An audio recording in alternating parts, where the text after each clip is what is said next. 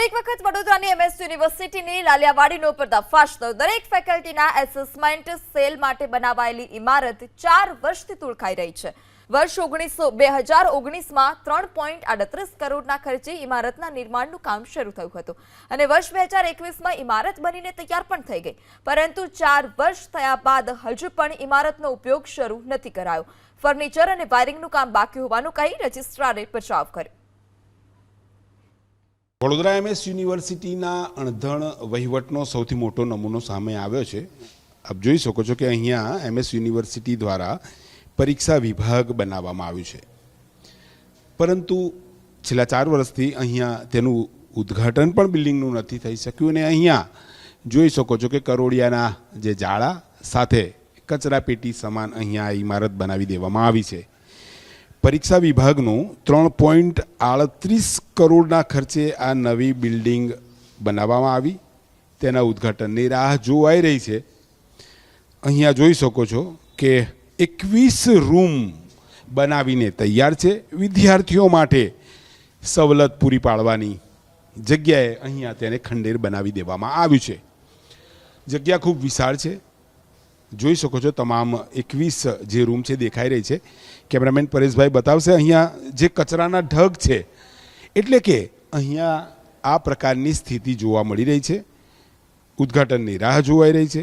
21 room તૈયાર થયેલા, પરીક્ષા વિભાગમાં દરેક ફેકલ્ટીના એસેસમેન્ટ સેલ બનાવવામાં આવ્યા છે, પરંતુ કામગીરી થઈ રહી નથી।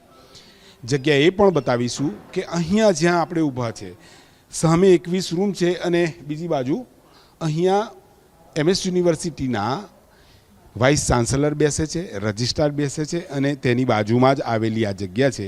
3.38 કરોડના ખર્ચે પરીક્ષા વિભાગ તો બનાવવામાં આવ્યો, પરંતુ અહીંયા જે પરીક્ષા વિભાગ છે 21 રૂમ તમામ કચરાના ઢગ બની ગઈ છે।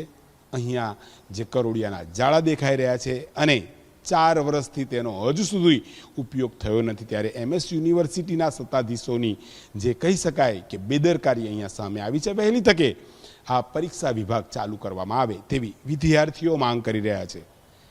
કેમેરામેન પરેશ ધોળકા સાથે લોરેન્સ પરમાર, એબીપી અસ્મિતા, વડોદરા। મારા પાછળ આપ જોઈ રહ્યા છો કે આ જે બિલ્ડિંગ છે તે છે તેને અસેસમેન્ટ તરીકે, એટલે કે અસેસમેન્ટનું જે કાર્ય હોય છે પરીક્ષા વિભાગનું પેપર તપાસવાનું, તે માટે આ બિલ્ડિંગને ડેવલપમેન્ટ કરવામાં આવી હતી અને બનાવવામાં આવી હતી। પરંતુ અત્યાર સુધી જોવા જઈએ તો 2021માં આ જે બિલ્ડિંગ છે તે શરૂ કરવામાં આવવાની હતી, પરંતુ હજુ સુધી તે બિલ્ડિંગ શરૂ કરવામાં આવી નથી। જ્યારે યુનિવર્સિટીના સત્તાધીશો પાસે આનો જે પ્રશ્ન પૂછવામાં આવ્યો ત્યારે તે લોકો દ્વારા કહેવામાં આવ્યું કે ફર્નિચરની ખરીદી ના હોવાના કારણે અને ફર્નિચર એસ્ટાબ્લિશ ના થવા હોવાના કારણે આ જે બિલ્ડિંગ છે અસેસમેન્ટનું જે આ સેન્ટર છે તે શરૂ કરવામાં આવ્યું નથી। આ જે બિલ્ડિંગ બની તે 3.5 કરોડની આસપાસના ખર્ચે તૈયાર થઈ, પણ હજુ સુધી તેને ચાલુ કરવામાં આવ્યું નથી। જો પૂર્વ વીસી જે હતા તેમના દ્વારા કોઈ પણ આમાં કાર્ય કરવામાં આવ્યું નથી, પણ હમણાં જે વીસી છે તેમને થી અમને ઘણી ઉમેદો છે કે આ બિલ્ડિંગ જલ્દીથી જલ્દી શરૂ કરવામાં આવે।